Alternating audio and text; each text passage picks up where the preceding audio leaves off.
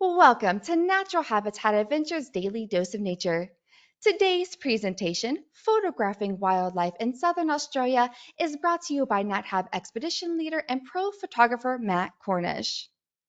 A little bit more about our presenter. Matt is a venomous snake and crocodile keeper, former police officer, remote first aid instructor, and nature tour guide who co founded a wildlife education enterprise for youth across far north Queensland with his wife Jody. As a self taught wildlife photographer, he's captured images in extraordinary locations around the world. Matt serves as a NatHab expedition leader, combining his diverse experiences to guide travelers through Australia's wilderness. Thank you so much for being here today, Matt. Take it away. Thank you, Brooke. G'day, everyone. Good morning, good afternoon. It's nice and early here in Australia, coming to you from 5 o'clock in the morning. And I just wanted to start off by apologising. I was meant to undertake this webinar earlier this month, but life in the rainforest intervened. And as I headed off into town where I have internet access to deliver the webinar, I noticed a big tree had gone down and dragged with it all of the street's power lines. So I didn't feel like climbing through some live power lines just to get through and deliver the webinar. So I took the safe option and bumped it back to today. So if anyone was lined up to watch that webinar early in the month, I apologize for the delay, but let's get into it. It's a nice image to start with. I think when people come to Australia, this is probably the one thing that they really think about straight away. This big furry thing just hanging out in the tree, the mighty koala. And an image that was captured on a Natural Habitat Adventures tour of Southern Australia. Just a little bit about myself. As Brooke mentioned, I live in far north Queensland. I'm a Natural Habitat Adventures expedition leader and photo guide, naturalist, nature photographer. I've been working with wildlife for 19 years now, working as a zookeeper, wildlife educator, nature photographer, tour guide, and obviously an expedition leader with Natural Habitat Adventures. I like to start all of my photo webinars with this slide, and I'm going to read it out, and feel free to read it as well. It is wildlife photography is an art, and it's critically important to remember that one line right there. Everything is subjective. It is your art. It is my art. It is anyone else's art that undertakes photography. It's a very personal experience that allows photographers to express their love for nature through their images. For me, I find it so much more rewarding to capture a moment in time in nature. And that's how I express my enjoyment and increase my enjoyment through my lens with my time in nature. Webinar is how I undertake wildlife photography in the Australian South. I'll be showcasing some of the techniques and equipment that I use to create the images shown today. But again, everyone has their own ways of doing things, their own processes, their own abilities, their own way that they see the natural world through their lens. And that is what is so magical about wildlife photography. Well, there's no surprise that as of 2026, we will be running the Australian South Photo Expedition. And this is not necessarily about the trip itself, but it's about some of the wildlife that you may encounter. I'll briefly touch on some of the trip, and if people have any questions, by all means, but we will be having an Australian South Know Before You Go webinar coming up. And we can answer some questions more so about the logistics and what to pack and what to bring. But this will be purely focused on photography.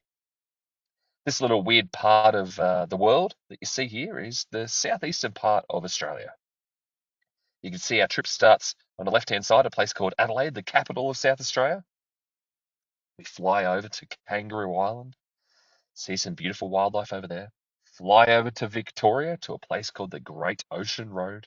And then we make our way down to the island of Tasmania, the state of Tasmania, and explore around there and see some beautiful wildlife. Over this presentation, you're going to see some of the different animals that live in those key areas and some of the images that you might be able to capture when undertaking either an Australian South expedition or whether it be a photo expedition. So the most commonly asked question, and I did have to update this yesterday because I got some new camera gear, which is exciting. But I operate with a Canon RF, so this is a mirrorless camera, It is quite heavy, but it is very, very much worth it for the image quality and the size of the battery. So the body that I use is a Canon R3, which obviously is mirrorless, part of the new R series from Canon. I'm going to say I previously, all of these trips that I've done so far, used a Canon EF 70 to 200 mil, 2.8. Now, this allowed a little bit of telephoto, but I also used an extender. You can see 1.4 times extender, pushed it out to 180 mil, just captured some animals a little bit further away. I always take with me a wide angle lens, a 17 to 40 mil. F4's perfectly fine because I use it for some of the landscapes that we may encounter, not necessarily the wildlife, but the landscapes. And I'll dive into a couple of little landscapes later on in this presentation. I find it critically important to always take my MacBook Pro with Lightroom with me in the field.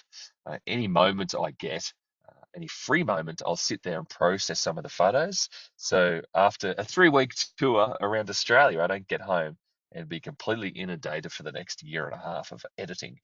And also when I run the photo expeditions, we'll be doing editing workshops, which I'll obviously use from my laptop.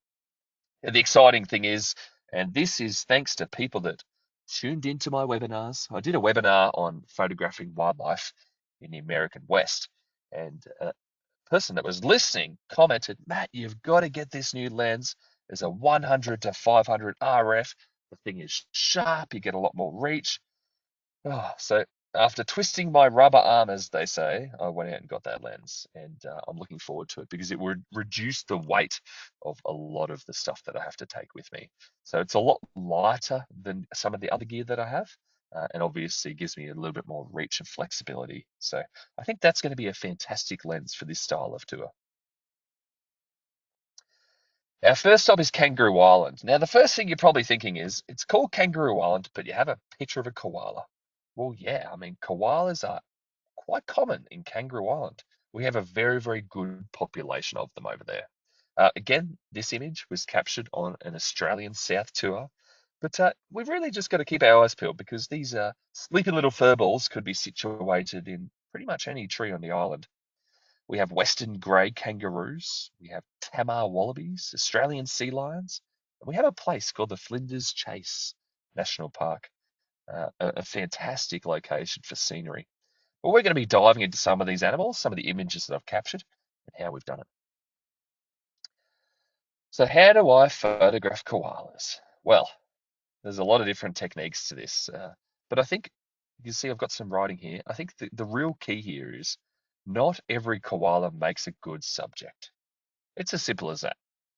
Koalas live in trees, they can be quite high up, they can be backlit, they can be obstructed with vegetation. I would say a fair few koalas that you encounter will not make good photographic subjects. They will be a big ball of fur silhouetted in the canopy of a eucalyptus tree. So that's really the key here. We don't run around with our camera taking pictures of every single fur ball that we see. We've got to be strategic. We've got to wait for the opportunity. When koalas are high up in the tree, and this is fairly common, most koalas are high up in the tree, we need to use a mid-range telephoto lens. By doing so and using a telephoto lens, we can reduce the impact of the angle. So rather than showing a koala's bottom, or we can stand back at an angle, photograph the animal from a distance, and it makes it look like it's a lot lower down. Believe it or not, all the images you see here, those koalas are quite high up. I was probably photographing them at maybe about a 45-degree angle or a little bit less. It's imperative that we work with the sun and not against it. Like all photography, it's unless you wanted to look for the silhouette effect, it's really important to have the sun behind us to light up the subject and make sure we don't encounter too harsh a light.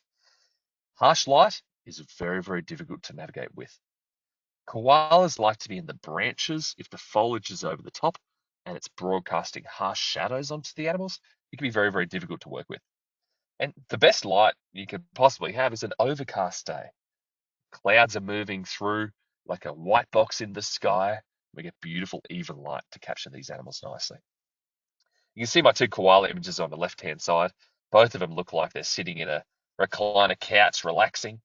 The one up the top is an overcast day, nice even light. It's actually quite a soft pastel color feeling. The one below it, harsh middle of the day light. But thankfully, It wasn't too distracting from the image, and we're able to work with it and bring that image to life. Now, I'm very fortunate with my camera, I have animal eye tracking. So this is a technology in the camera that can actually identify the eye of the animal and start tracking it and keeping it in focus. Fantastic. It means we've got more images that are sharper on the eye, more images that we can work with. If you do not have that, that's perfectly fine. You can get the focal point of your camera and put it into the middle of your frame, single point. You then lift the camera up, you put that point over the eye of the animal, focus it, adjust, frame, take the image. And if there's only one animal, you can use a shallow depth of field. So you can reduce the aperture, so make sure that the background is a bit more blurred out and not distracting. You can see that by the two images on the left-hand side. I've got this image on the right-hand side, or in the middle of the frame, and it shows there's a big koala at the top, that's mum, and there's a little guy that's slipped down and is sleeping in the gap of those branches, the cutest little fella.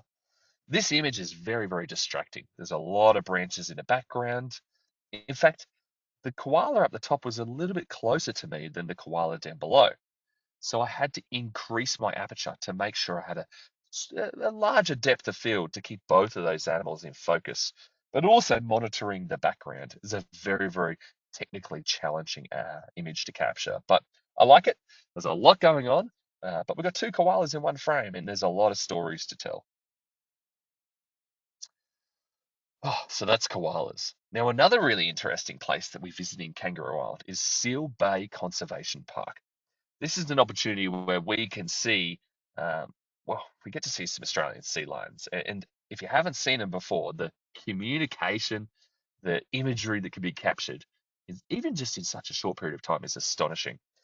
We do have some restrictions. It is a national park in South Australia, so we can't get too close. So this is a place that's really important for the telephoto lens.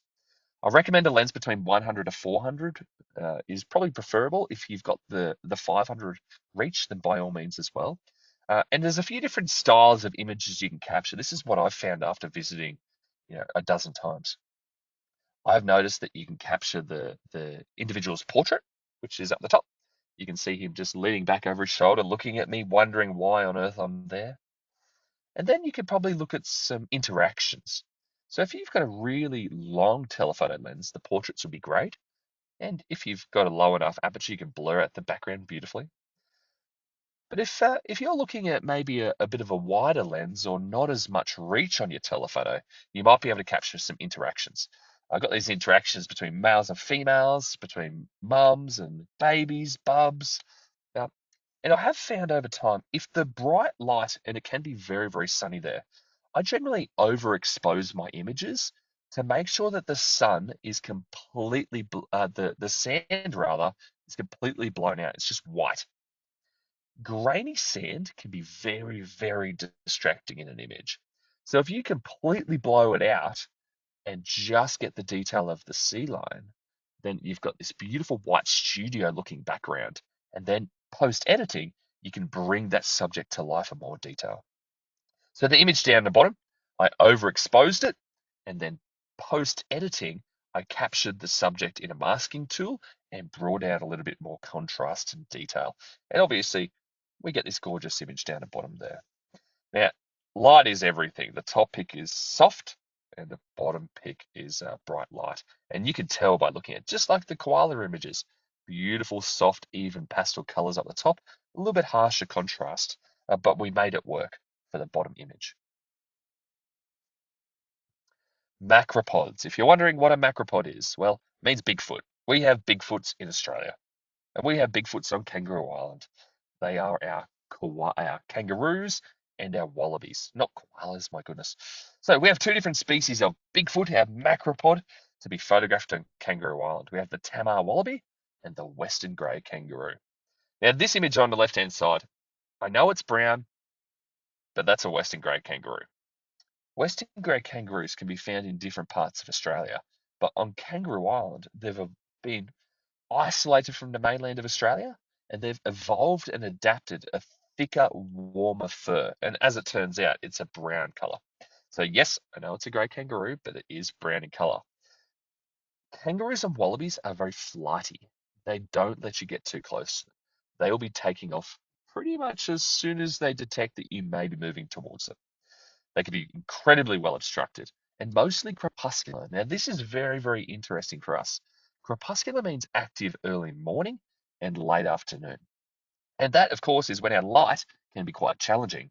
In the morning, we've got bad light and it slowly improves. In the afternoon, we've got good light and it slowly disappears. So we've really got to work with the light where we can. And being flighty and well obstructed, we've got to sort of thread the needle of and have a little bit of hope on our side. We have to find the animals, make sure we're respectful of these animals, and we need to make sure that the light can work with us. Because they're flighty, a fast shutter speed is vital. We need to capture motion. Low aperture to increase light potential. So bring that f-stop down to increase our ability to capture an image with a high enough shutter speed, but not too dark. And hey, if you've got a low shutter speed, low aperture rather, you can blur out that background so it's not too distracting as well. Well, if you don't have the kangaroo looking at you as such, if you don't have it front on, I find it's really important to have the animal looking through the frame. And this is really relevant for any wildlife imagery. You don't want to have a kangaroo looking at the edge of the frame. So you can see this guy, he's sort of, or just over halfway to the left, but he's turned around and he's looking back through the image. If he was looking forward, then that wouldn't be very well composed. You'd have a lot of emptiness on one side of the image, and it feels like the kangaroo is looking into nothing. Whereas if you have the animal looking through the frame, even if there's nothing there, just background, then it's composed a lot more smoothly, a little bit easier to view. I say, get down low and go, go, go. When I was a young kid, we were taught fire safety at school and at home. And if a fire breaks out, you're encouraged to get down to the ground and go, go, go. Get down low and go, go, go. It was a saying that was drilled into our heads as kids. If you see smoke, get down low and go, go, go. Get out of there, get away from the danger. But I've sort of adapted that for photography. I find for some of these animals, particularly the ones that are a little bit more flighty, or maybe something that you're trying to compose from a lower angle, you get down low and you go, go, go, get those shots. And I find for macropods, you've really got to get down low with them. This is an example of why. This is a Tamar wallaby. So this is the other macropod that we have on Kangaroo Island. Is that not the cutest animal you have seen today? Seriously. But for this image, I was on the ground. This animal is very, very small. Some of them are not even a foot tall. So we have to get down low and create that contact with the eye. If I was standing up photographing this animal, you wouldn't be able to have the relationship in the image that we see today. By getting down low at eye level and photographing flat, then we can create a relationship between the viewer and the animal. As you can see from this image, we are on the ground. We are in the world of the Tamar wallaby. And the animal is looking straight back at us. So we've got eye contact, we've got relationship. You'll notice these big old ears poking up, a little bit like a deer. They're very, very sensitive to sound. One step on the wrong twig and it goes crack, all of the wallabies will disappear. They are very, very flighty.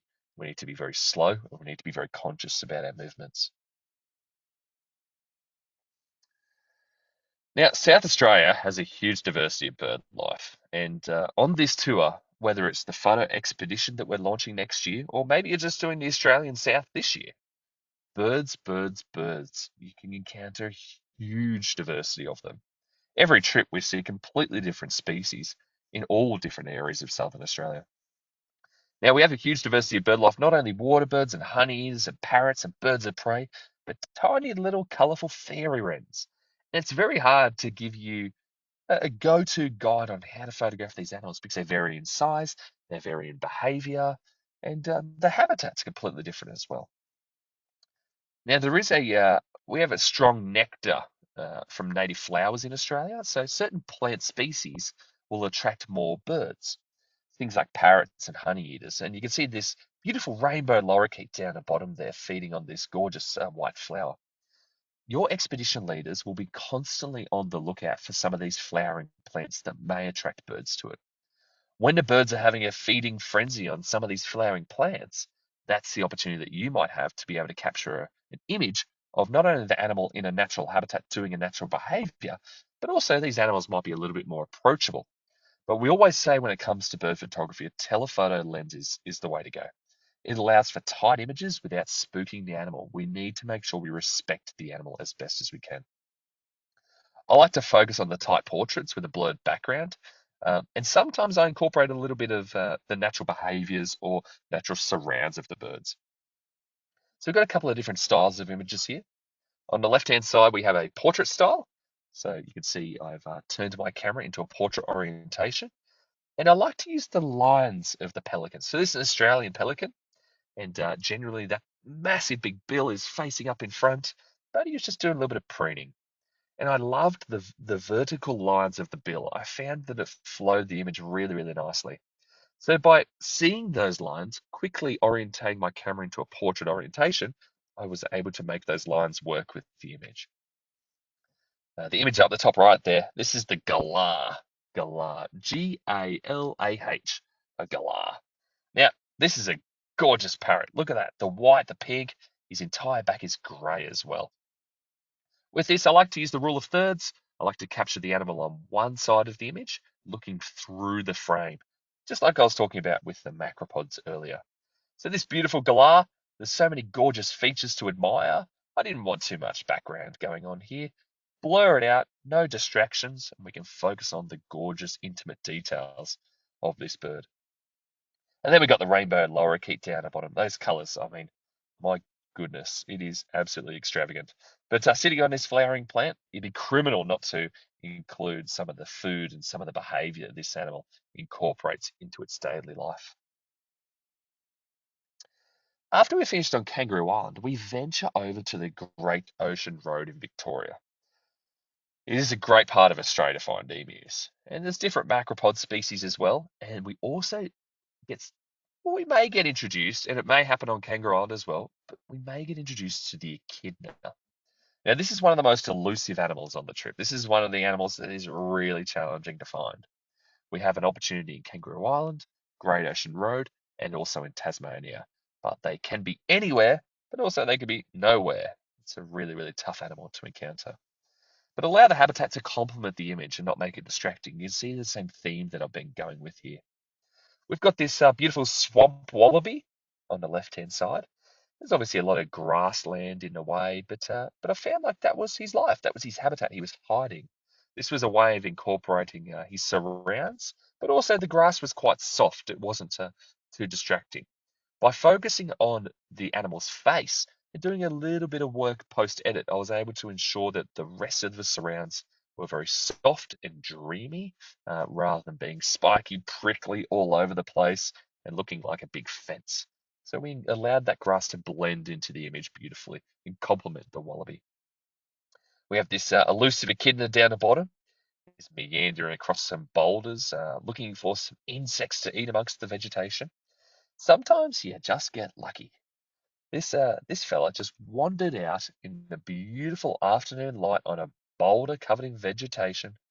I was on a boardwalk. I was a lot lower down, and this echidna walked out just above eye level, which again was just pure luck. But hey, that's what it's all about. You got to be in it to win it, and the more you venture, the more explore, the more you keep your eyes peeled, the more you'll be happy, because opportunities will present themselves. If you're comfortable in using manual camera settings, that's what I recommend. When you're out in the field, manual camera settings are the way to go. I encourage everyone to familiarize themselves with your ability of your camera and where the exposure triangle is. For me, I learned from manual. I've never used any other modes or settings in the field. I've experimented with them, but I'm always on manual. And constantly before a trip, I'll familiarize myself where the exposure is, the ISO, the aperture adjustments. So it's almost like muscle memory. You pick up the camera and you can quickly adjust those exposure triangle pieces together at the same time. If you're not comfortable with that and you've got a trip coming up, you can either practice or you can find some of those settings that might be more applicable. Maybe set your shutter speed for fast motion if you need to. Lower your aperture down and put your ISO on auto, particularly if you've got varying lights and you're not comfortable in adjusting your manual settings quick enough. But for me, I've used manual forever and a day, and I encourage everyone to become familiar with those settings of the camera. This guy in the middle of the frame is the mighty emu. He was actually, you wouldn't believe it. This image, he's walking around a picnic area. There's people walking around, there's picnic tables, there's some bushland. He just ventured out right in front of us and started having a drink from a big puddle. So with that, I wanted to capture the animal, but I didn't want to capture the people. So with that 70 to 200 mil lens that I had, I pushed it down to f2.8, low aperture, completely eliminated the background. And there's no other distracting pieces, no sign of urbanization for this image. Just a beautiful portrait of an emu standing up loud and proud. Once we've finished our time in Victoria, the Great Ocean Road, we venture over to Tasmania, the island of stories, the land of stories, and also the land of wildlife.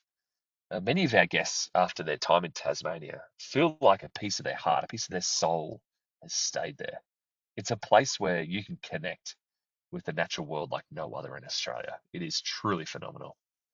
We have wombats and platypus and everything else in between. I mean, we've got three images here that are incredibly vast. We've got the platypus on the left-hand side. We have a tiger snake. Oof, some people feel a little bit uncomfortable about that image, but nothing to be concerned about. We've got the wombat here as well. When I say nothing to be concerned about, it is the fourth most venomous snake in the world, but they're very, very timid and shy creatures. I did encounter this off the boardwalk a distance away on a tour of southern Australia, and this animal was basking in the light. So it's quite a cool morning, very, very cold temperatures. The sun started to come out, and this animal, being an ectotherm, a reptile, relies on warmth to create body heat and then energy. So this tiger snake actually flattened his body out. You can see it in this image to increase his surface area, attract more sunlight, warm himself up, and then go about his day. He posed absolutely no threat to our guests. He doesn't pose a threat to anyone as long as you respect him and give him the distance. And if you do get a little bit too close, that animal's first concern is to get out of there. Tasmania is one of the most wildlife dense states of Australia, I can tell you right now. It features very, very unique animals, and none more unique than the platypus and the wombat, of course. Every habitat we explore in Tasmania gives us an opportunity to witness and photograph different local species. For instance, when we start our tour on the Southern Australia itinerary, we start off by arriving in Tasmania into a town called Devonport, and we start looking for platypus fairly quickly.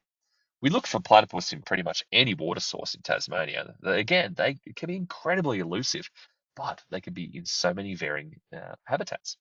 So this platypus right here was actually captured, believe it or not, right near our restaurant in Cradle Mountain National Park. I remember sitting down for breakfast with our guests, talking away, having a chat, and one of my eyes just looked out the back behind the restaurant to the pond, and I saw some ripples. I said, guys, I think we might have a platypus. So we quickly popped down what we had in our hands, went outside with the camera, and this platypus surfaced right near us and started swimming around and feeding. Platypus can be very, very difficult to photograph, but we'll dive into that very shortly. Before we dive into platypus, let's photograph some wombats. Now, this is again a very, very unusual Australian animal. And a lot of our guests fall deeply in love with these cute little souls, little boulders with fur. But they're very, very active in the afternoons and evenings. And in certain areas where there's grassland, generally that's where you'll see that activity. And believe it or not, wombats actually live underground in burrows. And they come out around midday, generally speaking, start feeding on these grassy valleys and grassy areas. Cool, overcast days are best because the wombats feel comfortable to come out of their burrow at an earlier time and in bigger numbers.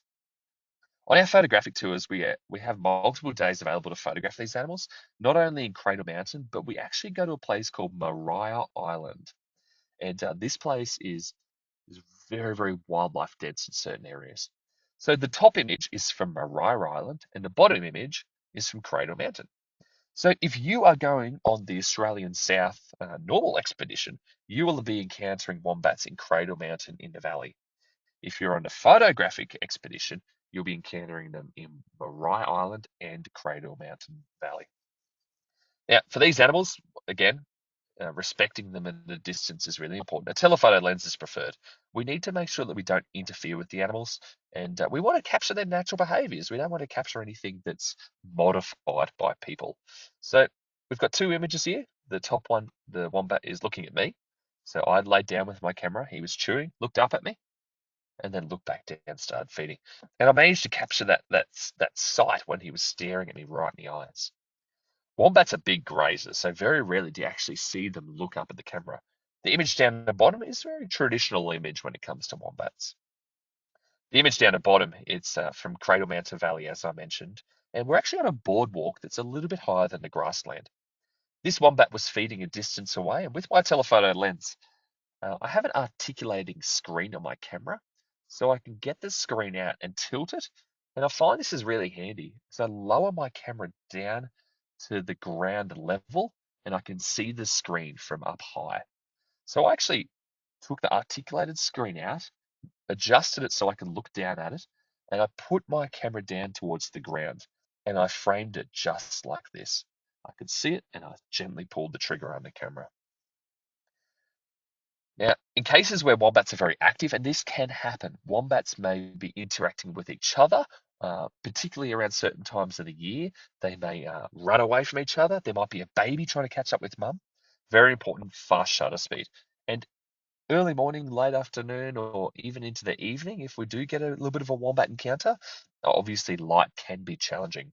So your expedition leaders are going to be constantly watching the weather, watching the lighting, and then make sure you have the appropriate time to be able to see some of these animals in their natural habitat. In Australia, we've got a series of expedition leaders that are unbelievably experienced in making sure that our guests have these great interactions. And regardless of who you're traveling with, uh, on the Australian South or the Australian photo tours, you are going to have insane encounters of wombats in Tasmania. And then there's these guys. So, as I mentioned, sometimes you might have a little bub running around. Uh, well, on the left-hand side, we've got a youngster that's hanging out with mum. They've got a really, really interesting behavior that I'm not going to dive too much into. You'll have to wait and see when you get here. But they are obsessed with mum. They're constantly running around. And it's probably very similar to children in the way that they get to an age that they become quite miserable and awful until they're kicked out of home. And that's their way of going to venture into the real world. But before they get to that time, they're in the pouch. Have a look on the right hand side. We've got this cute little face poking out. Or wombats, they're marsupials. They have a pouch. But believe it or not, the pouch is actually facing backwards. If you think about it, if you have a big opening facing forward and you're digging holes and moving in and out of burrows, it's probably going to get dirt and all sorts in there. So by having a backwards facing pouch, the joey and the insides of the pouch is quite well protected for a burrowing animal. So the pouch is around the other way, so you could potentially see a mother wombat with a little face poke out from underneath and behind. It's pretty incredible. I've been fortunate enough to see this twice, and I've spent a lot of time looking for wombats, but twice I've been fortunate enough to see this beautiful little face.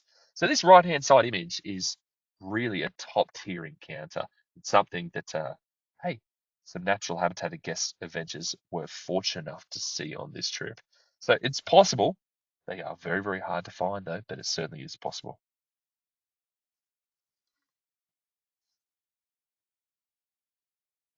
Platypus time. It's time to find these elusive critters and get some photos. As I mentioned about the image up the top here, that was captured when we were having breakfast of all things. I always say to my guests, bring your binoculars and bring your camera to every meal. You never, never know.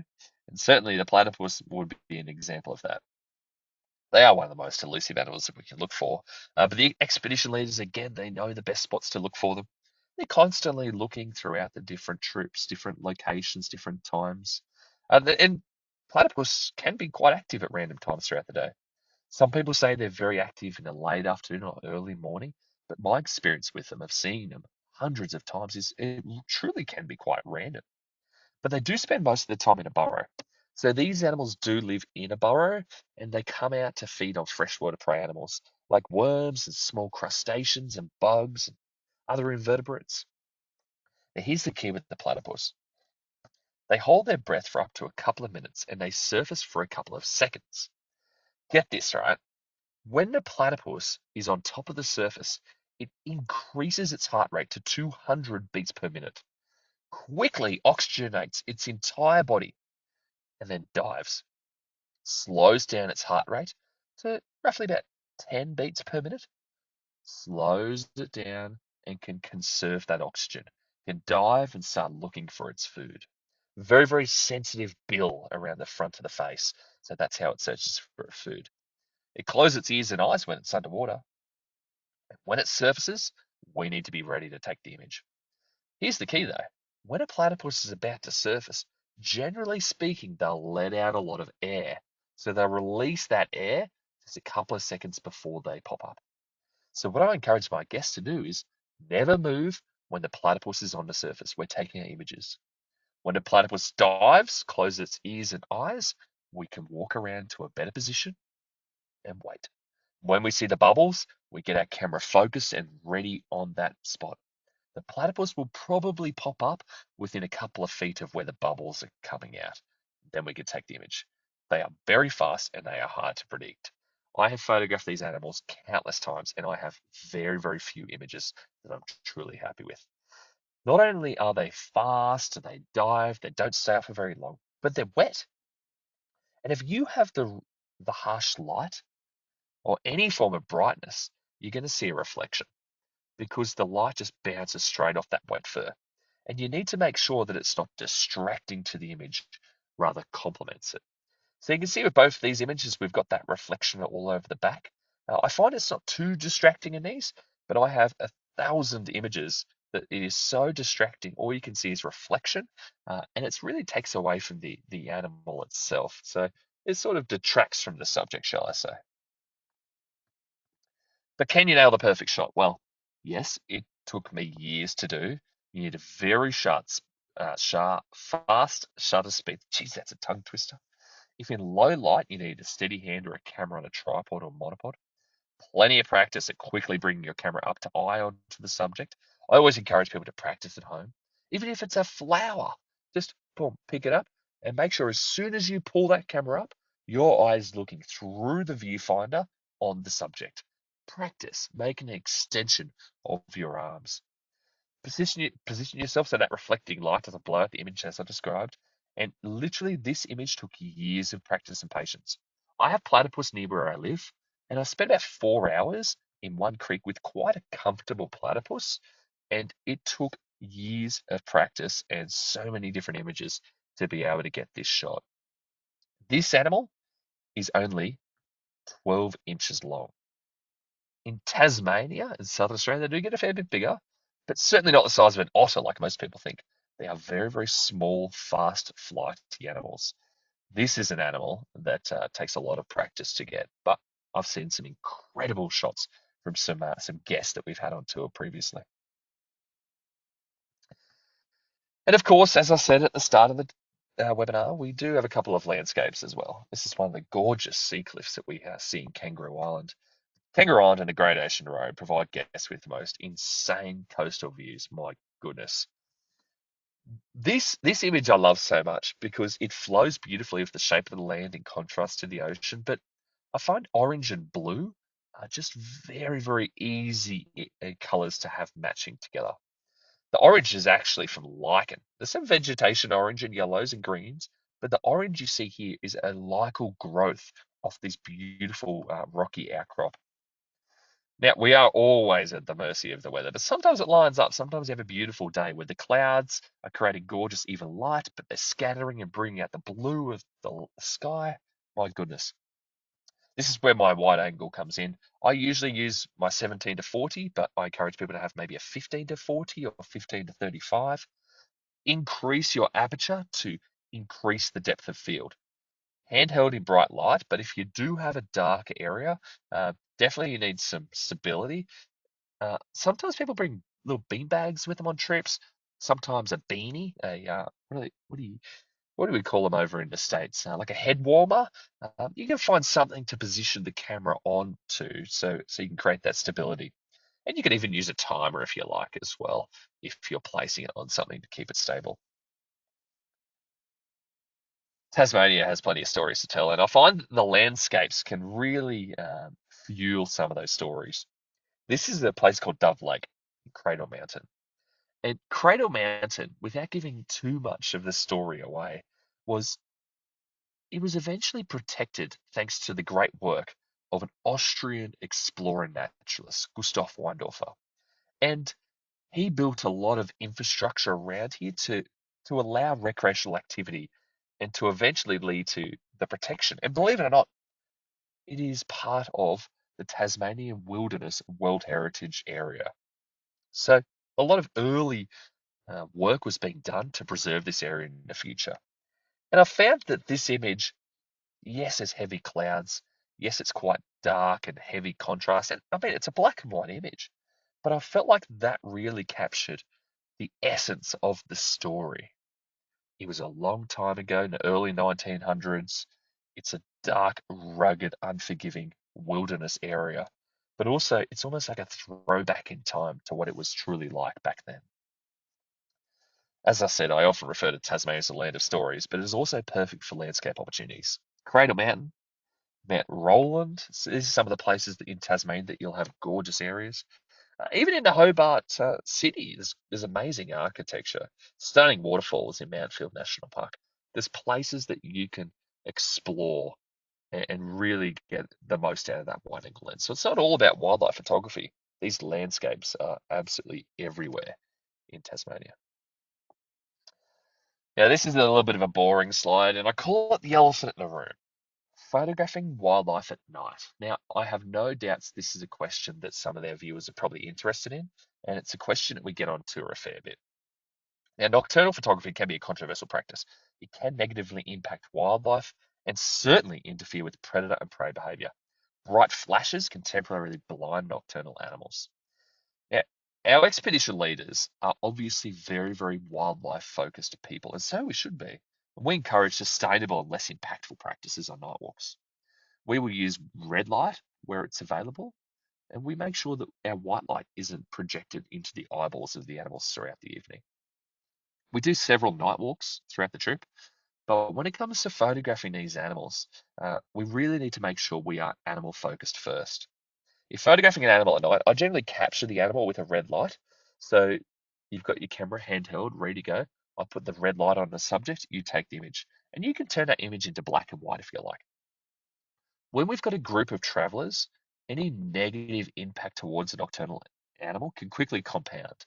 It can quickly get bigger.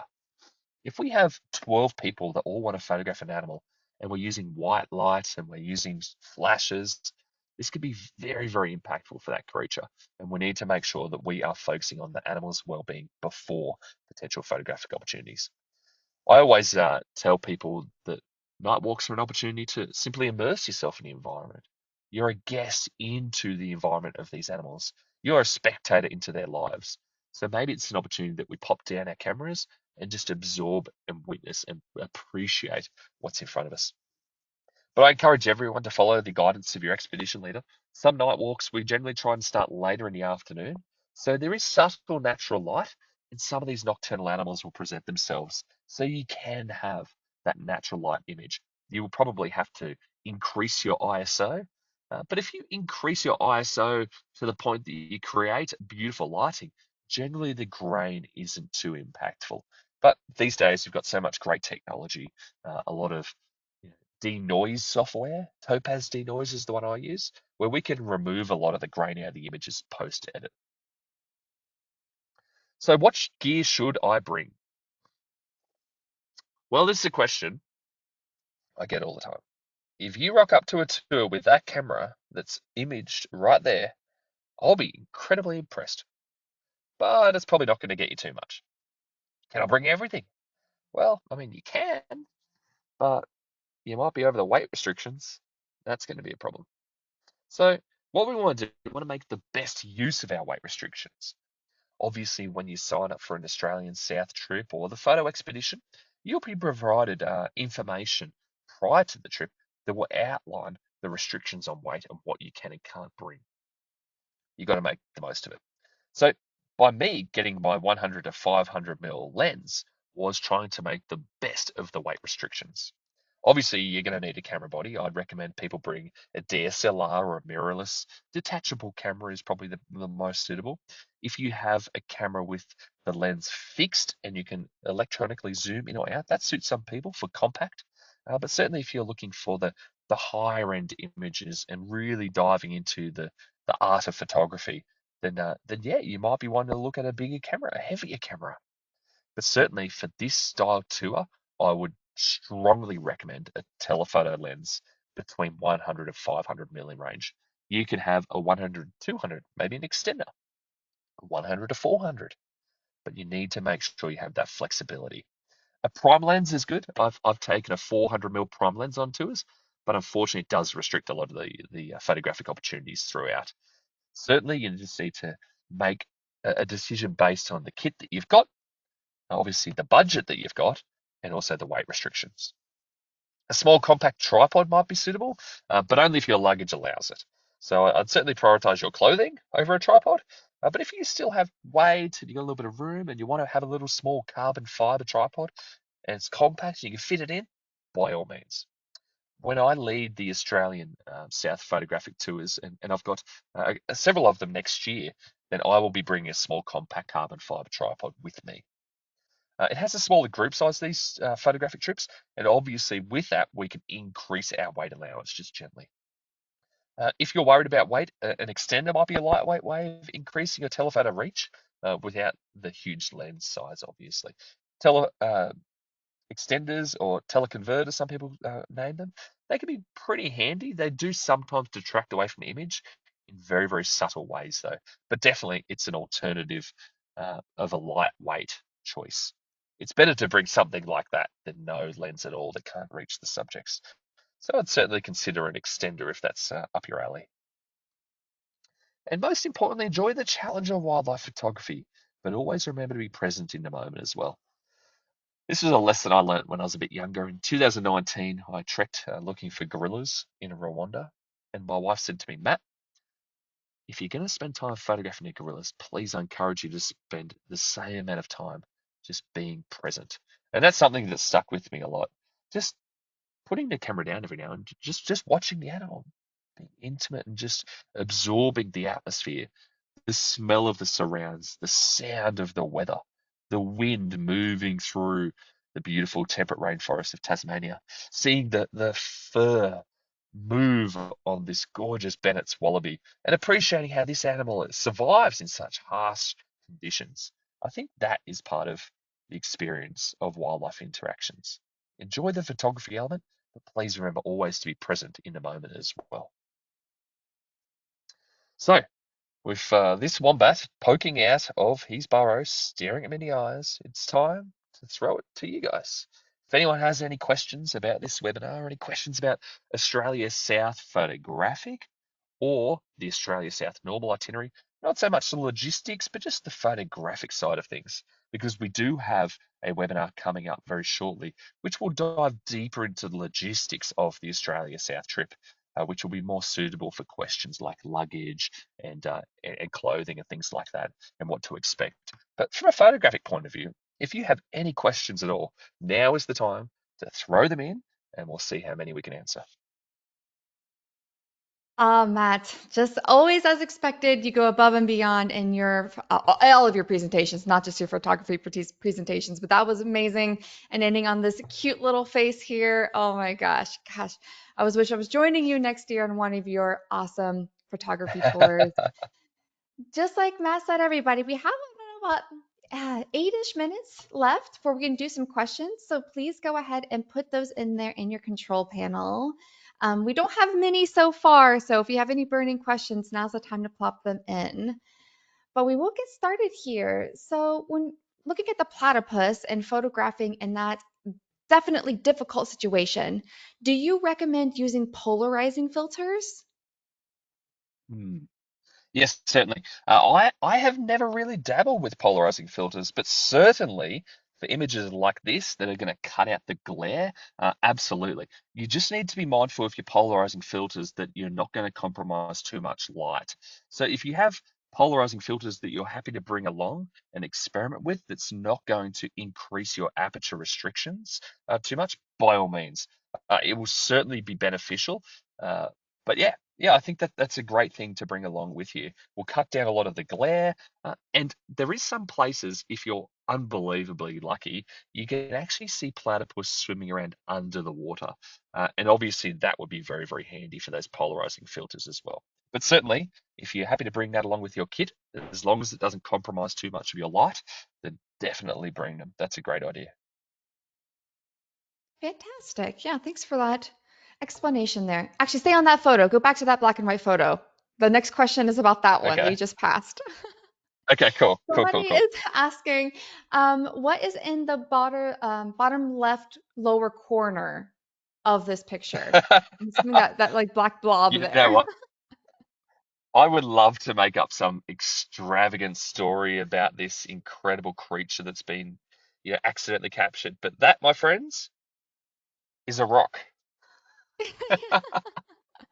There is, unfortunately, there's nothing exciting about it. There's just a rock that's poking out of the lake. Yeah, it's not a platypus, not a wombat swimming along or an echidna. It's just a rock, unfortunately. Oh, But I'm wonderful. glad There's it a captured your attention. It's one of the elements of the image. yeah. Absolutely no.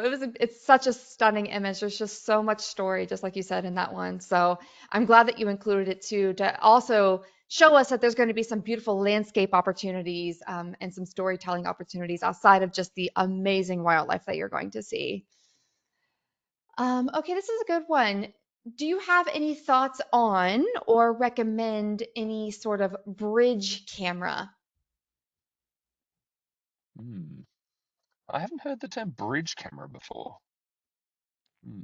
I am quickly I think it's bringing up what you're Google, mentioning. where it's a Go fixed ahead. lens into the camera. Yeah. Yes. Yeah, so certainly, and as I mentioned earlier, with those style cameras, I call them a fixed lensed camera where you can't detach the lens, and I guess it would be a bridging in between, a beginner's camera and maybe a more advanced DSLR or mirrorless camera. And certainly, I see so many travelers with them. And we're very fortunate enough as expedition leaders and travelers that after the trip we get to see the images that the guests and the guides have captured. And I've seen so many guests nail some photos with those bridge cameras. Certainly, based on the brand and the type that you get, the image quality probably won't be as high, and you may be restricted in your settings with a bridge camera. So you're looking at you may have a higher aperture. You may have a lot of restrictions with that. You may not have the fast shutter speed that you can get from these more advanced cameras, and you may not have as much ISO capability. So in other words, your images may get grainy when you start to use your ISO. So certainly, it's very, very good in the fact that it's compact and you can zoom in and out quite well. And it's very, very good with weight restrictions. And some of our guests just prefer to hold a bridge camera like that as well. But you will see subtle restrictions when it comes to the more difficult photos. If the subject's presenting itself in beautiful light, it's right in front of you. Heck, I'll take a picture on my mobile phone. It will look stunning. But when the challenging environment come in and we have to manipulate our settings a lot more, I think that's when the bridge cameras will probably struggle to keep up. But certainly, I have seen some tremendous shots from those style cameras over the past couple of years of traveling through Southern Australia. Fantastic. Thanks for that explanation. Next, when it comes to shutters, do you opt for electronic shutters or mechanical for flighty animals? Yeah, so very rarely do I shoot animals in flight. Generally, when I'm out in the field, when I say flight, I'm talking about literally birds flying. So I use an electronic shutter all the time, but I can adjust it to a manual shutter. Now, it's a little bit complex on how to dive into the differences between the two, but we'll certainly be explaining them on our photographic trips. But the electronic shutter essentially captures from the top of the image down, whereas the manual shutter captures the whole thing at the same time. So if you're capturing from the top of the image down and the animal is moving, you may see a little bit of distortion in your subject. And It can be quite minor, but if you've got a bird flying and you're trying to track it, taking a picture on an electronic shutter, you may see some distortion in that subject and some issues. That will be a time to turn to a mechanical shutter. But for me, the subjects that I photograph are generally stationary, and when they start moving off, I might capture a couple of moving shots, but not too many. So I stick to electronic, but they've definitely got both of their uses down pat. With electronic shutter as well, I find with my camera, I can shoot very, very fast and very, very quickly. Almost hundreds of images a second. It's incredible what some of these cameras can do. And to specify a little bit further, what about animals that move really quickly, like the kangaroos or the platypus or something that tends to just get out of the way really fast? Yeah. So certainly for the animals that I have captured, when they're moving, I would use electronic shutter. Cap the the chances of having a distorted image from electronic shutter would be have to be quite a fast animal, and generally when you're panning your camera as well, if the animal is just a wombat that's bouncing around and moving around, or a kangaroo that's hopping away, or a platypus that's diving, electronic shutter is perfectly fine. As long as you've got that shutter speed fast enough to cut out the motion blur, then it will be fine. I don't think you'll see the distortion with these subjects. Awesome. And the last question that we will take today, this is a good one. Do you recommend, especially for people who are using iPhones or the more point and shoot bridge cameras that we were just mentioning, do you mention people staying full frame and cropping and post when they're editing, or do you recommend they zoom in to get the whatever the subject is in bigger frame? That is an outstanding question. Really, really depends on the type of zoom that you have, on the type of camera that you've got. If it's a manual zoom, so you can manually zoom in, and some of these bridge cameras have got electronic zoom and manual zoom. So if the lens is actually expanding out and aiming towards the subject, you're going to capture more detail, and the closer that image is going to be more defined. If you're electronically zooming, you're essentially cropping the image inside the camera. So we need to be mindful of that because the quality of the image will decrease. If you're photographing on an iPhone, and you really got to decide what that photo's for. If it's for sending to your family back home, you would just zoom into the appropriate depth and then take the picture. But if you're looking to have this image expanded and blown up uh, and printed, then and certainly I'll be doing it a full frame, only zoom in where the manual zoom would allow. If you start to go into an electronic zoom, that's when the quality of the image will disintegrate. I hope that helps answer that question. That's a very, very good question. Yeah, no, that was a great question. And with that, that will be the last one we take today. So, Matt, I will turn it to you for any last closing comments. Australia is just loaded with wildlife. I mean, it's one of those places that you go to that you could walk around a corner and you're in a completely different environment, in a completely different place. And the Australian South itinerary is so fascinating because we go to such a huge variety of different habitats and a huge variety of different animals. And as I mentioned earlier, our expedition leaders over here are exceptional at storytelling and introducing you to the environments and the characters that live within. So I would like to say to everyone that's viewing today, thank you for watching. But also, if you are planning to come to Southern Australia, we are absolutely dying to have you here, and we are super excited to show you these guys right in front of you in the flesh, venturing around our landscape. And you will not regret the decision to come to Australia. It is a phenomenal place with huge diversity of not only habitats and wildlife, but also characters along the way. So we look forward to welcoming you. And if you're dreaming of Australia, dream no more.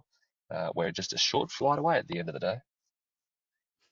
Absolutely. For those who are interested in that webinar that Matt keeps referring to, I have it scheduled for September 2nd. So be on the lookout for that Sunday e-news. And that's coming up. I'll have that coming up this Sunday. So you will see that invite coming soon. But Matt, thank you again for such a wonderful presentation. And I would like to thank everybody who tuned in. If you're interested in information on how you can travel with NatHab, give us a call at 800-543-8917 or send us an email at info@nathab.com. Our adventure specialists are happy to help you out. If you're part of a photo club and would like a NatHab photo guide to speak to your members about nature and travel photography, email us at webinars@nathab.com. And join us tomorrow for our next daily dose of nature. You can check out this week's lineup, including registration links, on our website at nathab.com/webinars. We did record today's presentation, and I will have that replay available for you all very soon. With that, I will conclude the webinar. Goodbye, everybody.